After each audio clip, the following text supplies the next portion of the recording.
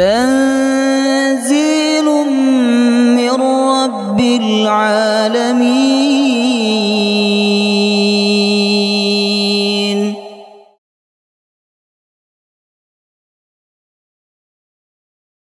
يا أيها الذين آمنوا إذا قيل لكم تفسحوا في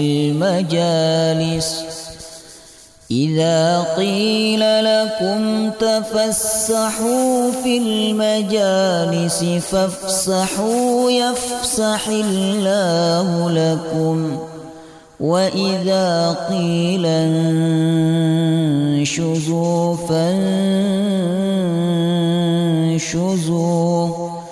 يرفع الله الذين آمنوا منكم والذين أوتوا العلم درجات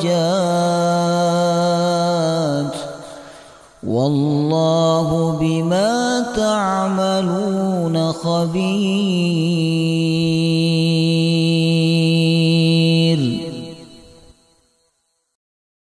Bismillahirrahmanirrahim. Assalamualaikum warahmatullahi wabarakatuh. Alhamdulillahi rabbil alamin. Nahmaduhu wa nasta'inuhu wa nastaghfiruh wa na'udzu billahi min shururi anfusina wa min sayyiati a'malina may yahdihillahu fala mudilla lahu wa may yudlil fala hadiya lahu. Asyhadu an la ilaha illallah wahdahu la syarika lahu wa asyhadu anna Muhammadan 'abduhu wa rasuluhu la nabiyya wa la rasula ba'dahu. Allahumma salli wa sallim ala sayyidina wa nabiyyina Muhammadin wa ala alihi wa sahbihi ajma'in. Subhanaka la ilma lana illa ma 'allamtana innaka antal alimul hakim. Allahumma inna nas'aluka ilman nafi'a wa rizqan tayyiba wa 'amalan mutaqabbala. Amin ya rabbal alamin. Alhamdulillah, segala puji bagi Allah yang selalu memberikan nikmat kepada kita semua, baik ketika kita taat maupun maksiat, baik ketika kita sehat maupun sakit. Dalam kondisi apapun kita selalu diberikan nikmat oleh Allah Subhanahu wa ta'ala. Oleh karenanya, sebagai seorang hamba yang selalu mendapatkan nikmat, hendaklah kita bersyukur kepada Allah Subhanahu wa ta'ala dengan cara meningkatkan iman, takwa, dan ibadah kita kepada Allah. Semoga Allah membimbing kita semua untuk menjadi hamba yang bersyukur kepadanya. Amin ya rabbal alamin. Jemaah rahimakumullah, pada kesempatan pagi hari ini saya tertarik mengajak panjenengan semua untuk merenung dan mengambil pelajaran dari nasihat-nasihat malaikat Jibril yang pernah disampaikan kepada Rasulullah sallallahu alaihi wasallam. Sekaligus nasihat ini sebagai bekal bagi kita semua menghadapi akhir tahun dan menghadapi tahun baru, ya, sehingga kehidupan kita menjadi lebih baik di tahun depan daripada tahun ini. Dan itulah seharusnya orang beriman. Orang beriman itu kehidupan hari ini lebih baik daripada hari kemarin, kehidupan hari besok lebih baik daripada hari ini. Disebutkan nasihat malaikat Jibril ini dalam riwayat Imam At-Tabrani, ya. Hadisnya hasan, Bapak Ibu. Hadis hasan itu hadis yang secara sanad bagus, ya. Kalau sanadnya kuat maka dinamakan hadis sahih. Kalau sanadnya agak kuat maka disebut hadis hasan. Kalau sanadnya tidak kuat maka disebut hadis dhaif, lemah, ya. Nah, hadis ini masuk di tingkatan yang kedua, hasan. Jadi agak kuat, makanya dianggap baik sanadnya. Rasulullah SAW bersabda, "Atani Jibril, telah datang kepadaku malaikat Jibril." Ya. Malaikat Jibril merupakan malaikat yang diutus oleh Allah SWT, memang menyampaikan wahyu, pesan kepada para nabi dan para rasul, termasuk juga kepada Nabi Muhammad SAW. Adapun cara malaikat Jibril datang kepada Nabi SAW ini bermacam-macam, Bapak Ibu. Terkadang mendatangi Nabi dalam bentuk yang asli, tapi kebanyakan malaikat Jibril ketika mendatangi Nabi Muhammad ini bukan dalam bentuk aslinya. Beliau menyerupai atau menjelma jadi seorang manusia, ya. Nabi Muhammad didatangi oleh malaikat Jibril dalam bentuk aslinya ini hanya 2 kali. Jadi Nabi kita lihat malaikat Jibril bentuk aslinya ini hanya 2 kali. Sekali di bumi, sekali di langit. Sekali di bumi kapan? Pasca turunnya wahyu pertama. Jadi setelah Nabi menerima Iqra bismi rabbikal ladzi khalaq di Gua Hira, kemudian pagi-pagi Nabi pulang, jemaah rahimakumullah, sekitar jam 8, jam 9 Nabi pulang. Di tengah jalan ada yang manggil-manggil beliau, "Ya Muhammad, ya Muhammad." Ya, beliau noleh kanan kiri, depan belakang nggak ada orang. Akhirnya menoleh ke atas, ya kan, menolehkan wajahnya ke atas. Ternyata Nabi melihat makhluk yang sangat besar, dan itu adalah malaikat Jibril alaihissalam. Akhirnya waktu itu Nabi ketakutan, ya, karena baru pertama kali melihat malaikat Jibril dalam bentuk aslinya. Lalu beliau pulang, kemudian beliau minta kepada istrinya untuk diselimuti, karena orang takut tuh biasanya berlindung dengan selimut, jemaah rahimakumullah. Ini yang pertama, Nabi SAW melihat malaikat Jibril dalam bentuk aslinya. Yang kedua, Nabi kita melihat malaikat Jibril dalam bentuk aslinya di langit. Jadi sekali di bumi, yang kedua di langit, jemaah rahimakumullah. Di langit ini ketika Isra Mi'raj, ya, Isra Mi'raj. Awal berangkat Isra Mi'raj kan juga ditemani oleh malaikat Jibril, tapi waktu itu Nabi tidak melihat bentuk aslinya. Malaikat Jibril mungkin menyerupai menjadi cahaya atau sosok manusia yang menemani Nabi. Nah, ketika Isra Mi'raj, Nabi baru melihat malaikat Jibril dalam bentuk aslinya ini, yaitu tepatnya ketika di Sidratul Muntaha. Allah sebutkan dalam surah An-Najm, ya. Laqad ra'ahu nazlatan ukhra 'inda sidratil muntaha. Sungguh dia Muhammad telah melihat Jibril dalam bentuk aslinya 'inda sidratil muntaha, ketika berada di Sidratul Muntaha. Sidrah artinya pohon bidara, muntaha puncak. Kata sebagian ulama, di langit itu, Bapak Ibu, langit yang ketujuh itu ada batas terakhir malaikat dan makhluk-makhluk Allah lewat. Nah, berarti itu tidak boleh dilewati lagi setelah itu. Itu udah paling atas. Nah, makanya disebut Sidratul Muntaha, ditandai dengan pohon bidara oleh Allah Subhanahu wa taala. Dan ini menunjukkan keutamaan pohon bidara, kata sebagian ulama, ya. Nah, yang bisa dan diizinkan oleh Allah melewati tempat itu, ya, melewati tempat itu adalah Nabi Muhammad sallallahu alaihi wasallam.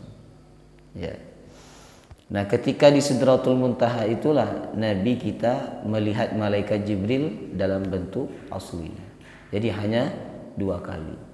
Adapun selain ini, ya, malaikat Jibril datang kepada Nabi menjelma jadi seorang manusia. Biasanya menjelma jadi seorang laki-laki. Termasuk yang diceritakan dalam hadis ini. Nabi bersabda, malaikat Jibril telah datang kepadaku. Kemudian dia berkata, menyampaikan nasihat. Ada 5 nasihat malaikat Jibril kepada Nabi dalam hadis ini. Yang pertama, ya Muhammad, ish ma syi'ta fa innaka mayyit. Wahai Muhammad, hiduplah sesukamu karena engkau pasti mati. Ini nasihat yang pertama. Yang kedua, wa'mal ma syi'ta fa innaka majziyun bih. Beramallah sesukamu karena engkau pasti dibalas dengan amal itu. Yang ketiga, wa ahbib man syi'ta fa innaka mufariquhu. Cintailah apa saja yang ingin kau cintai karena kau pasti berpisah dengannya. Kemudian yang keempat, wa'lam anna syarafal mu'min salatuhu bil-lail. Ketahuilah bahwa kemuliaan seorang mukmin ketika dia salat malam. Kemudian yang kelima, nasihat malaikat Jibril adalah wa izzuhu istighna'uhu 'anin nas. Kehormatan seorang mukmin ketika dia tidak menggantungkan hidupnya kepada manusia. Nah, jadi di sini ada berapa? Ada 5 nasihat. Yang pertama, ish ma syi'ta fa innaka mayyit. Hiduplah sesukamu karena sesungguhnya kamu pasti mati. Nah, di dalam hadis ini, Bapak Ibu jamaah rahimakumullah, seakan-akan manusia ini diberikan pilihan. Silakan kau hidup apa sesuai yang kamu inginkan. Kamu mau hidup jadi orang baik, silahkan. Mau hidup jadi orang jelek, silahkan. Mau hidup jadi orang taat, silahkan. Jadi orang yang bermaksiat, silahkan. Karena hidup ini memang pilihan. Allah mengatakan wahadainahun najdain. Kami tunjukkan kepada manusia 2 jalan. Ada jalan kebaikan, ada jalan keburukan. Allah memberi kita akal untuk kita berpikir, memilih, Bapak Ibu. Nah, tetapi apapun yang kita pilih dalam kehidupan ini, kita harus bertanggung jawab di hadapan Allah kelak setelah kita mati. Jamaah rahimakumullah. Oleh karenanya, orang beriman ketika merenungi hadis ini, maka dia tidak akan sembarangan dalam hidup. Dia tidak akan sembrono. Dia tidak akan seenaknya. Karena apa? Karena dia menyadari, karena dia mengetahui bahwa dia akan mati dan akan mempertanggungjawabkan di hadapan Allah apa yang dia pilih dalam kehidupan ini. Jamaah rahimakumullah. Ya. Kemudian hadis ini juga menunjukkan bahwa kita sebagai orang mukmin seperti apapun kehidupan yang kita jalani, maka kita harus menyadari bahwa kita akan mati, Bapak Ibu. Ya. Jadi silakan kita ini bekerja, silakan kita berkarir, silakan kita jadi apapun silakan. Tapi kita harus sadar bahwa kita akan mati, jamaah rahimakumullah.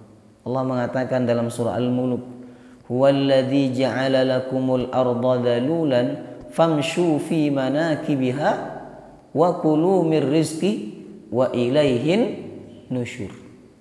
Dia Allah yang telah menjadikan bumi jinak bagi kalian. Famshu fi manakibiha, berjalanlah kata Allah di atas muka bumi. Silakan berjalan, merantau, cari rizki. Ya, silakan bekerja, silakan berkarya, berkarir dan seterusnya.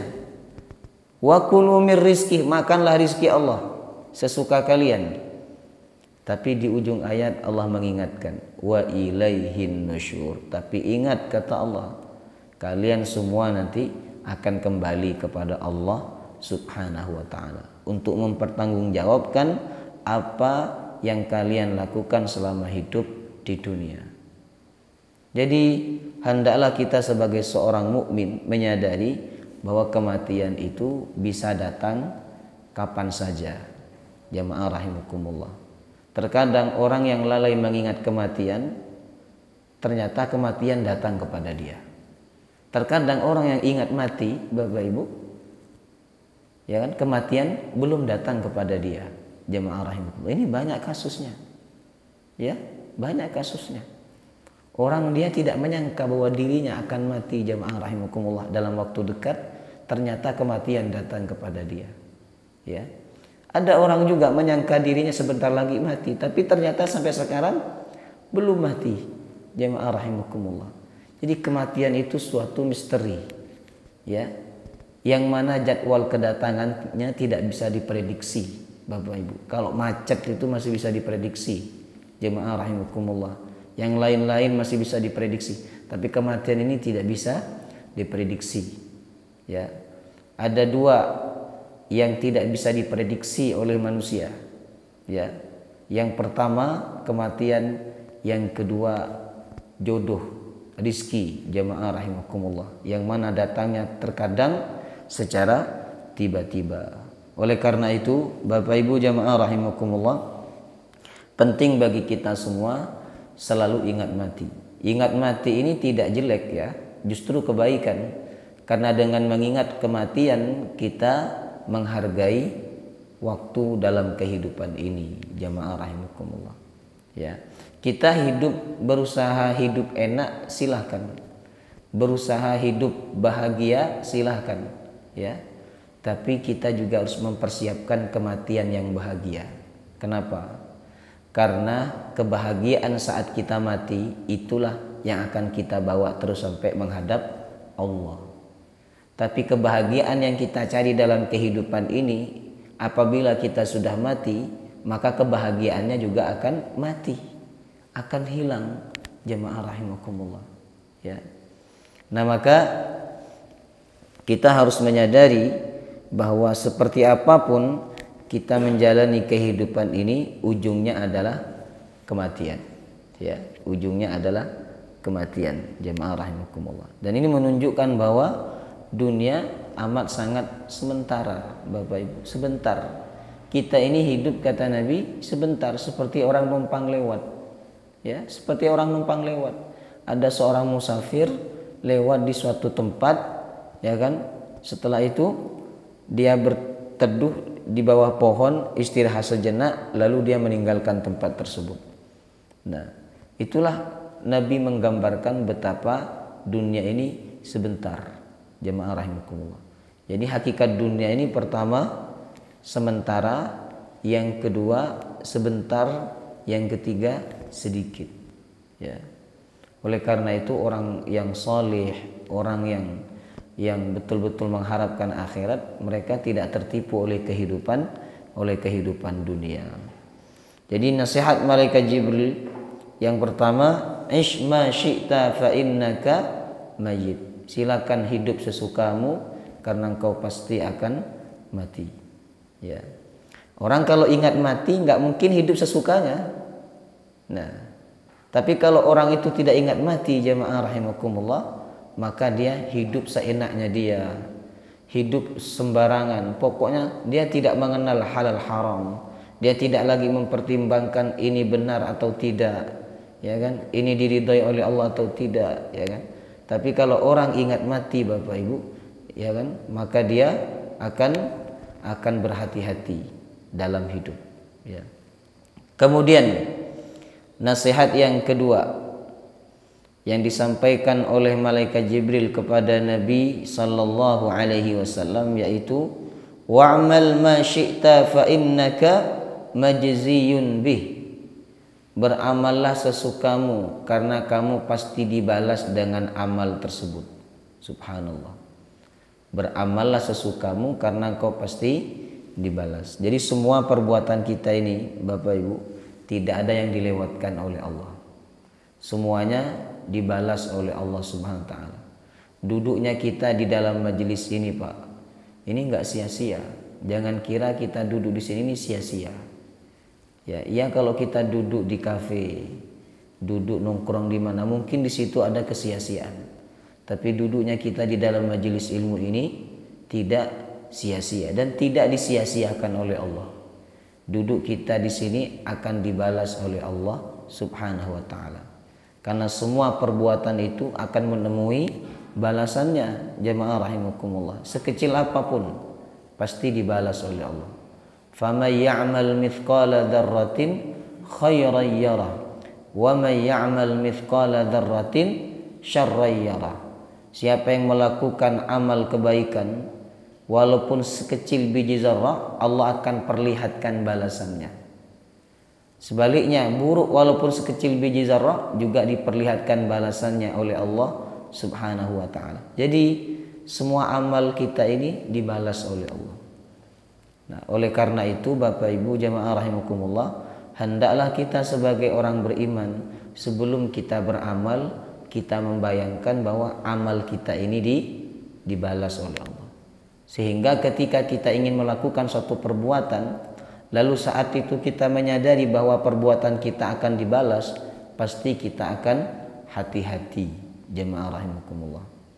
Saat kita berbicara dan tahu bahwa setiap ucapan kita ini dicatat oleh malaikat dan akan dibalas oleh Allah Subhanahu wa taala setiap kata yang dilontarkan, maka saat itu pasti kita akan berhati-hati jemaah rahimakumullah.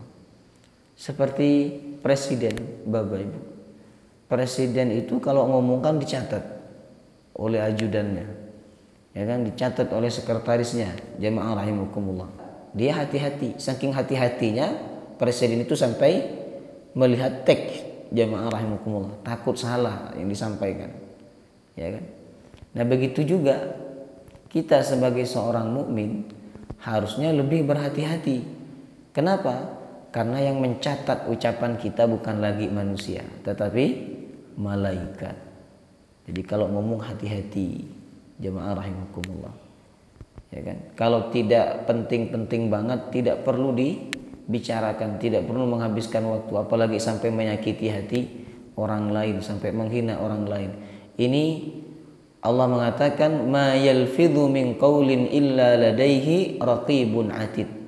Tidak ada ucapan yang keluar kecuali bersama orang itu ada malaikat yang menyertai, yang mencatat setiap ucapannya. Jadi orang Bapak Ibu ketika dia menyadari bahwa amal atau perbuatannya itu dibalas oleh Allah, maka pasti dia hati-hati. Ada cerita jamaah rahimakumullah, cerita yang sangat masyhur, yaitu kisah Umar bin Abdul Aziz, seorang pemimpin yang adil. Ya, beliau kalau ngantor, Bapak Ibu, itu kalau ngantor, apalagi ngantornya di waktu malam, ya beliau selalu membawa lampu sendiri. Ya, subhanallah. Kemudian pernah ada seseorang datang kepada beliau di kantornya, di kantor negara, jamaah rahimakumullah. Lalu ditanya oleh beliau, kamu datang untuk keperluan negara atau untuk keperluan pribadi dengan saya? Kata orang itu, saya datang ada keperluan pribadi dengan engkau. Apa kata Umar bin Abdul Aziz? Sebentar, saya matikan lampu dulu. Dimatikan lampunya, lampu negaranya dimatikan, kemudian beliau ngambil lampunya sendiri dan menggunakan lampu miliknya sendiri. Lalu orang itu dipersilahkan masuk. Subhanallah. Nah, ini orang yang menyadari bahwa setiap amalnya pasti dibalas oleh Allah SWT. Makanya ketika berbuat selalu hati-hati. Sekarang ada nggak pemimpin yang seperti itu? Sekarang susah Bapak Ibu, ya kan? Jangankan lampunya rakyat yang diambil, duitnya rakyat diambil. Jemaah rahimakumullah. Nah, artinya apa? Pentingnya kita menanamkan kesadaran bahwa setiap perbuatan kita ini dibalas oleh Allah.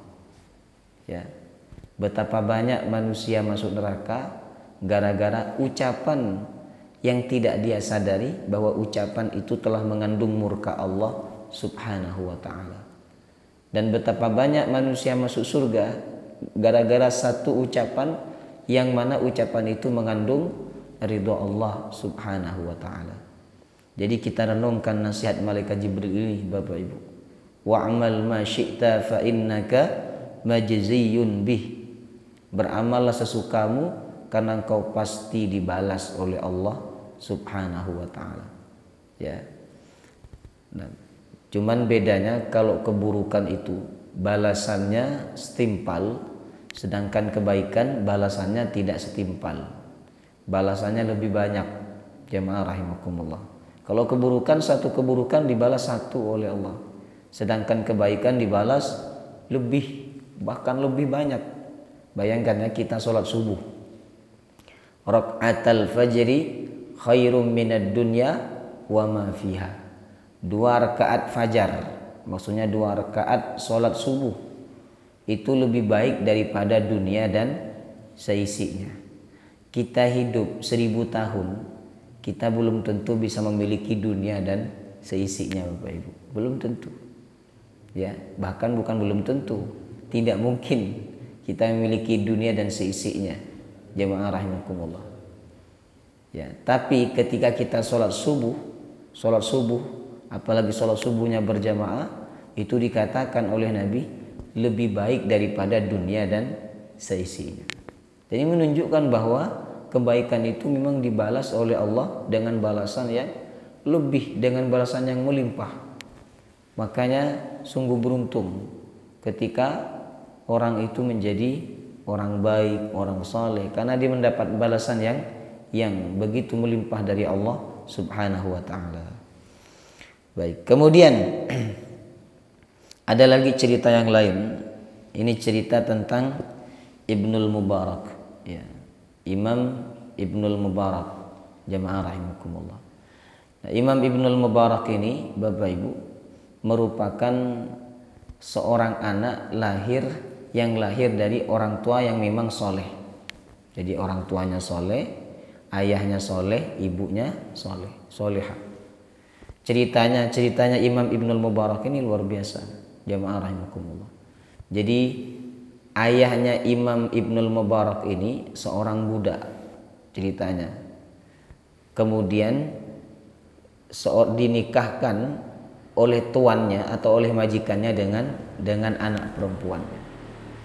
Apa alasannya? Kan ceritanya mungkin saya pernah menyampaikan di dalam majelis ini ya. Jadi ceritanya itu waktu dia ditugaskan sebagai penjaga kebun anggur. Si Mubarak ini nggak ngerti mana anggur manis dan mana anggur yang masam, jemaah rahimakumullah. Sampai tuannya itu agak sedikit kesal ya, saat minta anggur itu selalu diambilkan yang masam, karena nggak tahu mana yang manis, Bapak Ibu. Ya, mana yang manis mana yang masam itu nggak tahu. Akhirnya ditanya oleh tuannya, kamu kok nggak bisa membedakan mana anggur yang manis dan mana anggur yang masam? Apa kata Mubarak? Betul tuan, saya hanya menjaga kebun ini, tapi saya nggak pernah makan buah dari kebun ini. Subhanallah. Akhirnya sama tuannya atau sama majikannya dinikahkan dengan putrinya. Ya, bertemulah 2 insan yang soleh, yang satunya soleh, yang satunya solihah. Subhanallah. Nah, dari mereka ini lahir seorang anak namanya Abdullah bin Mubarak. Anaknya jadi ulama di kemudian hari sehingga dikenal dengan sebutan Imam Ibnul Mubarak. Bapak Ibu. Itu berawal dari orang tua. yang menjaga makanan, yang menjaga kehalalan rezeki. Jadi orang tuh kalau dia menyadari bahwa amalnya akan dibalas, ya hati-hati. Bayangkan ya, penjaga kebun anggur lagi Bapak Ibu. Berbulan-bulan dia menjaga kebun, bertahun-tahun, tapi nggak pernah makan buah dari kebun itu. Gara-gara dia hanya disuruh menjaga, ya kan? Dan ini menunjukkan bahwa dia menyadari setiap amalnya itu akan dibalas oleh Allah Subhanahu wa taala. Nah, cerita tentang Abdullah bin Al-Mubarak, ya. Beliau pernah meminjam pena kepada seseorang, Bapak Ibu. Pinjam pulpennya. Lalu di suatu ketika beliau pergi ke satu tempat, beliau pinjam pulpen kepada seorang. Nah, mungkin pulpennya ditaruh di saku, ya. Lalu lupa mengembalikan sampai beliau pulang ke negerinya. Nah, ketika pulang ke negerinya baru beliau ingat bahwa pulpennya belum dikembalikan. Akhirnya beliau berangkat lagi ke negara tersebut, ke negara di mana beliau pinjam pulpen kepada seseorang. Hanya untuk apa? Mengembalikan satu pulpen itu. Subhanallah. Karena beliau takut gara-gara satu pulpen itu beliau terhalang dari rahmat Allah. Beliau terhalang dari surga. Dan ini menunjukkan bahwa beliau menyadari bahwa setiap perbuatan itu dibalas oleh Allah Subhanahu wa taala. Jadi kita ini harus punya mindset, harus punya cara pandang yang benar dalam kehidupan dan selalu tanamkan ini nanti akan dibalas, ini akan nanti dimintai pertanggungjawaban. Jadi semuanya nanti akan dimintai pertanggungjawaban, Bapak Ibu. Semakin banyak yang kita miliki, maka semakin banyak tanggung jawabnya. Semakin banyak yang kita lakukan, juga semakin banyak tanggung jawabnya di hadapan Allah Subhanahu wa taala. Nah, semakin banyak amalnya juga semakin banyak balasannya. Jemaah rahimakumullah. Makanya terkadang orang yang kelihatan biasa-biasa aja amalnya, tapi banyak, Bapak Ibu, itu bisa jadi dia lebih utama di akhirat dibandingkan orang yang melakukan satu amalan istimewa tapi tidak banyak, ya. Karena ada cerita disebutkan dalam hadis yang sahih, ya. Jadi ada seorang sahabat Nabi SAW bermimpi. Jadi ada 3 orang, ya. Yang satu mati di atas ranjang, yang satu mati di peperangan, yang satunya lagi juga mati di peperangan. Ya. Tapi ketika orang ini masuk surga, ternyata yang pertama kali berada di barisan masuk surga itu adalah yang mati di atas ranjang, Bapak Ibu, bukan yang mati syahid. Akhirnya sahabat ini ketika bangun tidur bertanya kepada Rasulullah SAW tentang mimpi itu. Ya Rasulullah, bagaimana kok yang mati di atas ranjang itu berada di barisan paling depan, sedangkan temannya di belakang yang mati syahid? Apa kata Rasulullah?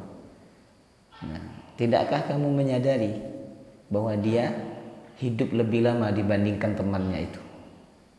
Ya kan? Hidup lebih lama dibandingkan temannya. Temannya mungkin mati syahid di usia 40, di usia 50. Sedangkan dia masih hidup sampai usia 60, sampai usia 70. Subhanallah. Ya. Artinya apa? Panjenengan yang dikasih usia panjang oleh Allah, nanti balasan kebaikannya semakin banyak. Makanya sebaik-baik manusia itu kata Nabi yang usianya panjang dan bagus amalnya. Jamaah rahimakumullah, ya.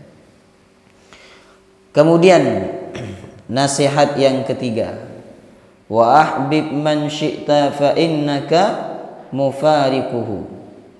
Cintailah orang yang ingin kau cintai karena engkau pasti berpisah dengannya. Sebesar apapun cinta kita kepada sesuatu dalam hidup ini, Bapak Ibu, maka ujungnya adalah perpisahan. Cinta kita kepada anak kita, kepada orang tua kita, kepada keluarga kita, harta kita, ujungnya adalah perpisahan. Kita semua pasti akan berpisah dengan apa yang kita cintai dalam kehidupan ini, jamaah rahimakumullah. Ya. Yang setia setiap saat menemani kita itu apa? Hah? Apa yang setia setiap saat menemani kita? Amal soleh kita.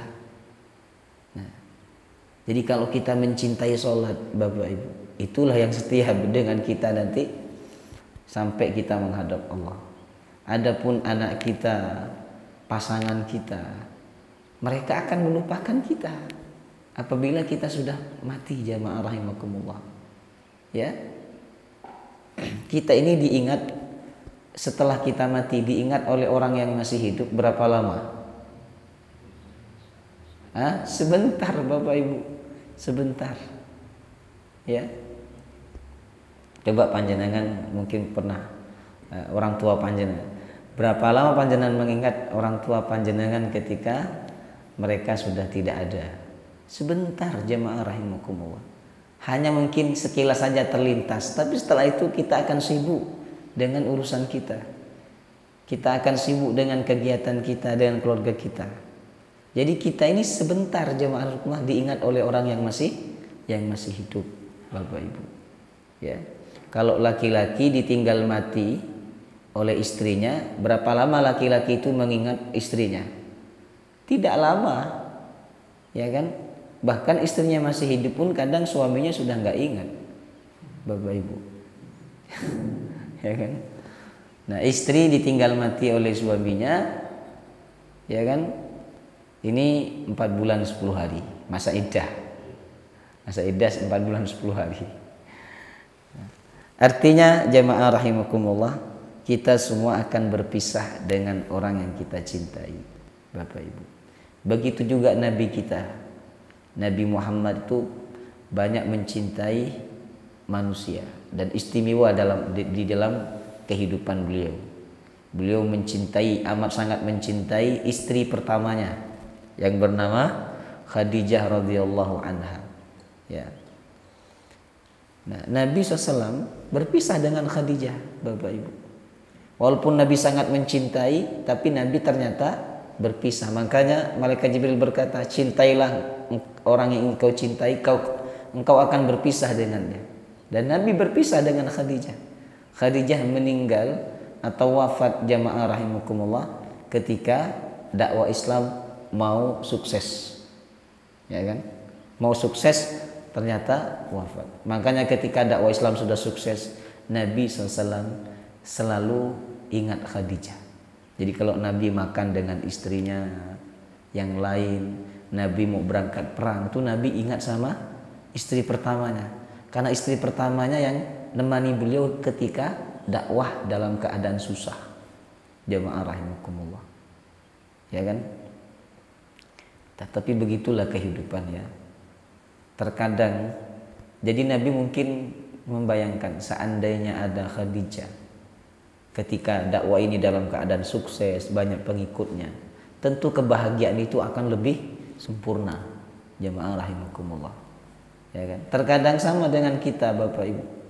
Kita ini belum sukses misalnya, ya kan? Belum bisa ngasih apa-apa kepada orang tua. Tapi setelah kita sukses sebagai seorang anak, sudah bisa memberikan apa-apa kepada orang tua, ternyata orang tua sudah tidak ada, jamaah rahimakumullah. Ya. Dan itulah kehidupan, bahwa kita akan berpisah dengan orang yang kita cintai. Jadi sebesar apapun kecintaan kita kepada sesuatu dalam kehidupan ini, ujungnya adalah perpisahan. Oleh karena itu, kata ulama, jangan berlebih-lebihan mencintai sesuatu yang mana kita akan berpisah dengan sesuatu itu. Jangan berlebih-lebihan. Cintailah Allah dan Rasulnya. Karena cinta kepada Allah dan Rasulnya itulah cinta yang abadi, Bapak Ibu. Cinta yang membawa keberkahan dan kebaikan sampai kita menghadap Allah Subhanahu wa ta'ala. Nah, cintai amal soleh. Karena ketika kita mati nanti yang ikut memanin kita itu amal soleh kita. Nabi mengatakan yatsba'ul mayyit salasah. Ada 3 perkara yang mengikuti mayit ketika diantarkan ke makamnya, ke kuburannya. Yang pertama keluarganya, yang kedua hartanya, yang ketiga amalnya. Keluarga dan hartanya kembali, sedangkan amalnya ikut bersama dia.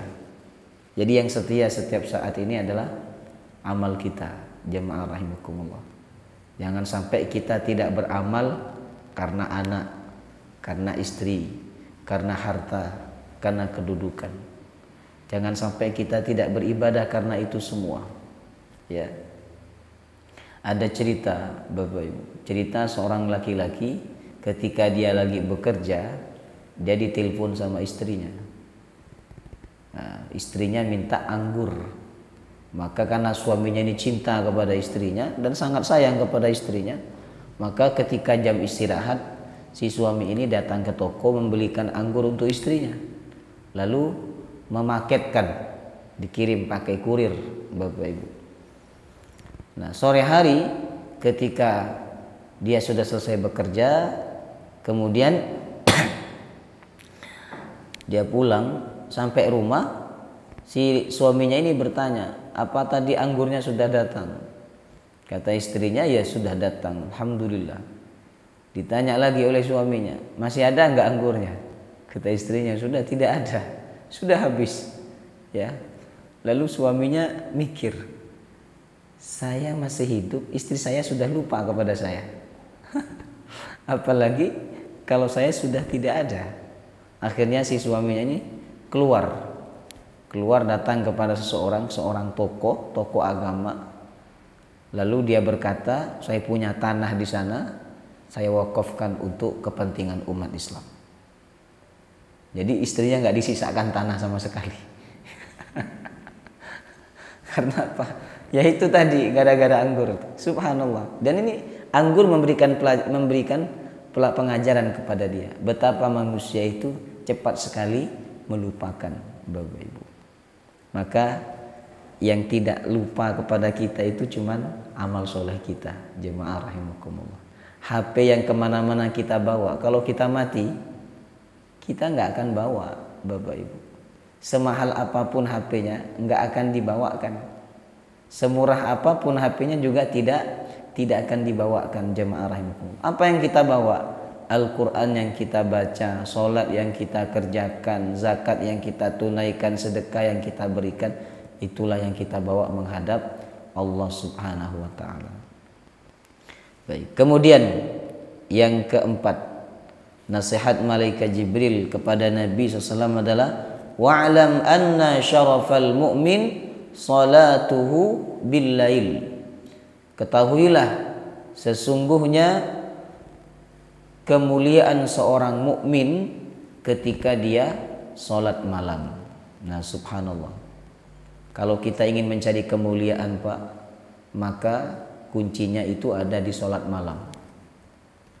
Kalau kita ingin jadi orang yang mulia, tapi kita tidak sholat malam, kita nggak akan bisa mencapai kemuliaan itu.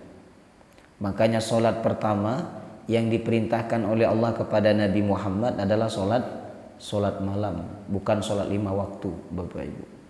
Jadi kemuliaan seorang mukmin itu ketika sholat malam, jemaah rahimakumullah. Maka sebisa mungkin jangan tinggalkan sholat malam. Sebisa mungkin jangan tinggalkan sholat malam, walaupun sebentar. Walaupun sebentar. Allah mengatakan faqra'u ma tayassara min. Saking Allah itu menganjurkan manusia, orang beriman untuk sholat malam, sampai-sampai sakit pun Allah mengatakan, alima an sayakunu minkum marda wa akharuna yadribuna fil ardi yabtaghuna min fadlillah wa akharuna yuqatiluna fi sabilillah faqra'u ma tayassara min. Allah mengetahui bahwa di antara kalian akan ada yang sakit, ada yang musafir untuk mencari nafkah, ada yang berperang di jalan Allah. Tapi walaupun sakit, walaupun musafir, walaupun berperang jihad di jalan Allah, faqra'u ma tayassara min. Sebisa mungkin tetap bangun malam, walaupun sebentar, karena yang dibaca cuman Al-Ikhlas saja. Itu bayangkan, padahal sakit, musafir, berjihad di jalan Allah Ini sesuatu yang memberatkan seorang untuk bangun malam, jemaah rahimakumullah. Tapi Allah minta berusahalah untuk bangun walaupun sebentar. Dan ini menunjukkan kedudukan sholat malam yang begitu luar biasa. Maka siapa yang mencari kemuliaan dan keagungan, hendaklah dia sholat malam. Ya, sholat sunnah dalam Al-Quran Bapak Ibu yang sangat ditekankan memang sholat malam. Allah mengatakan wa minal laili fatahajjad bihi nafilatan lak, dan sebagian dari malam ambillah untuk tahajud. Ya, bisa mungkin kita bangun untuk sholat malam, jemaah rahimakumullah. Itu kalau kita mencari kemuliaan, ya, mencari kehormatan dan keagungan di hadapan Allah Subhanahu wa taala. Dan banyak sekali ya keutamaan serta kemuliaan orang yang bangun di waktu malam, Bapak Ibu. Banyak sekali keutamaannya, ya. Misalnya satu hadis cukup menurut saya sebagai motivasi bagi kita untuk bangun malam. Dan ini Nabi menyebutkan tentang keutamaan bangun malam. Yang pertama, Nabi mengatakan, "Alaikum biqiyamil lail fa innahu da'bus salihin." Hendaklah kalian bangun malam, karena bangun malam itu da'bus salihin, kebiasaan orang soleh. Ini yang pertama. Yang kedua, jemaah rahimakumullah, bangun malam itu qurbatun ilallah, mendekatkan seseorang kepada Allah. Kalau kita pengen dekat banget dengan Allah, kuncinya sholat malam. Kemudian yang ketiga, takfiratun lisayyi'at, menghapus dosa. Yang keempat, manhatun anil ithmi, mencegah dari perbuatan dosa. Yang kelima, matradatun lidda anil jasad, menolak penyakit untuk menolak penyakit dari jasad, jamaah rahimakumullah. Makanya orang yang sering bangun malam itu cenderung hidupnya lebih sehat.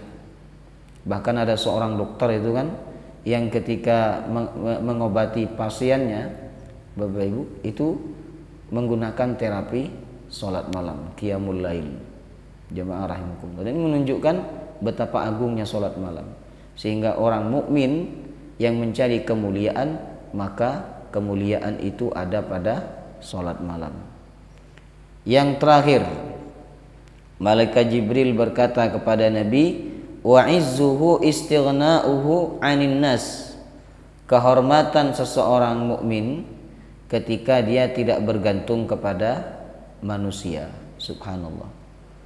Sebisa mungkin Bapak Ibu, kita ini tidak minta-minta kepada orang lain. Minta apa saja, jangan dilakukan. Minta tolong, minta apa, selama kita bisa melakukan sendiri, lakukan sendiri. Jaga kehormatan kita, jaga iffah wibawa kita di tengah-tengah manusia. Karena kalau kita sering menerima bantuan, sering minta, lama-lama kita tidak punya wibawa di hadapan manusia. Jamaah rahimahullah. Kalau kita ingin minta yang banyak, mintalah kepada Allah. Kalau kita ingin mengemis, mengemislah kepada Allah Subhanahu wa taala. Dan ini dipraktekkan oleh para sahabat ya. Meskipun mereka, Bapak Ibu, dalam kondisi yang sangat membutuhkan, tapi mereka nggak minta. Seperti misalnya sahabat Abu Hurairah radhiyallahu anhu. Sahabat ini lebih sering lapar dibandingkan kenyang. Beda dengan kita. Kita ini kan lebih sering kenyang daripada lapar. Jamaah rahimahullah. Paling pagi-pagi kayak gini aja laparnya. Ya kan? Sahabat Abu Hurairah ini seringkali lebih sering lapar, bahkan beliau pernah pingsan ya, gara-gara ya kelaparan, jemaah rahimakumullah. Nah, jadi waktu itu beliau pingsan, lalu orang mengira beliau kena penyakit ayan. Kata sahabat Abu Hurairah setelah beliau sadar, aku bukan kena penyakit ayan, tapi aku lapar. Tapi beliau tidak minta, tidak mengemis, jemaah rahimakumullah. Ya kan? Kalau beliau sangat membutuhkan, Bapak Ibu, beliau hanya memberikan kode saja, tidak sampai minta, tidak sampai mengemis kepada sahabat lain. Ya kan? Pernah sahabat Abu Hurairah duduk di pinggir jalan dalam keadaan lapar. Lalu lewat sahabat Abu Bakar. Nah, ketika Abu Bakar lewat, Abu Hurairah ini pura-pura tanya ayat Al-Quran, barangkali nanti diajak makan. Ya kan, pura-pura tanya, tapi nggak minta makan, cuman pura-pura tanya ayat Al-Quran. Setelah dijawab oleh Abu Bakar, ternyata Abu Bakar langsung melanjutkan perjalanan. Abu Bakar tidak tahu maksud Abu Hurairah. Orang kedua lewat, yaitu sahabat Umar, juga sama. Abu Hurairah pura-pura tanya ayat Al-Quran, jemaah rahimakumullah. Tapi ternyata Umar tidak mengerti maksud dari Abu Hurairah. Akhirnya Umar melanjutkan perjalanannya. Nah, orang ketiga lewat, yaitu Nabi Muhammad sallallahu alaihi wasallam. Abu Hurairah belum bertanya, Nabi sudah tahu bahwa orang ini lapar, ya kan? Akhirnya diajak makan oleh Nabi sallallahu alaihi wasallam. Jadi kita ini harus punya punya kepekaan, Bapak Ibu, terhadap orang-orang di sekitar kita. Karena banyak orang yang membutuhkan bantuan, tapi mereka nggak ngomong. Jemaah rahimakumullah, mereka butuh pertolongan, tapi mereka malu untuk berbicara, untuk menyampaikan, karena mereka menjaga kehormatan mereka sebagai seorang mukmin. Jadi kehormatan, kemuliaan seorang mukmin itu ketika dia tidak bergantung kepada manusia. Wallahu ta'ala a'lam bissawab. Baik, semoga 5 nasihat ini dapat kita amalkan dalam kehidupan kita. Amin ya rabbal alamin. Subhanakallahumma wa bihamdika asyhadu an la ilaha illa anta astaghfiruka wa atubu ilaik. Assalamualaikum warahmatullahi wabarakatuh.